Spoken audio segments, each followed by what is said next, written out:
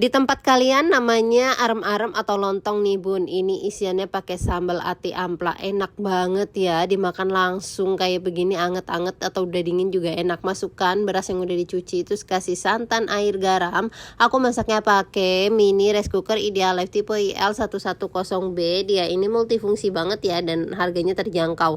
Habis itu kita haluskan semua bahan bumbu halus pakai chopper Idealife. Lalu tumis sampai harum, tambahkan bahan-bahannya, takaran lengkap di caption. Aduk-aduk rata, dimasak pakai api sedang aja, jangan lupa dikoreksi rasanya. Kalau udah matang angkat. Nah, nasinya udah matang nih, terus kita keluarin ya. Siapkan daun pisang yang udah dilemesin dulu sebelumnya, terus kita taruh sambalnya tadi di atasnya.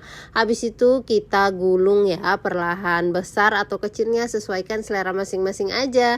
Ini rasanya enak banget ya, cocok banget nih buat ide jualan ataupun kalau ada arisan ini disajiin auto pada berebutan deh ya. Kita kukus dulu kurang lebih 30 menit pakai api sedang. Ini pakai granit set cookware Idealife tipe L22B. Satu set ada wok pan, fry pan-nya juga.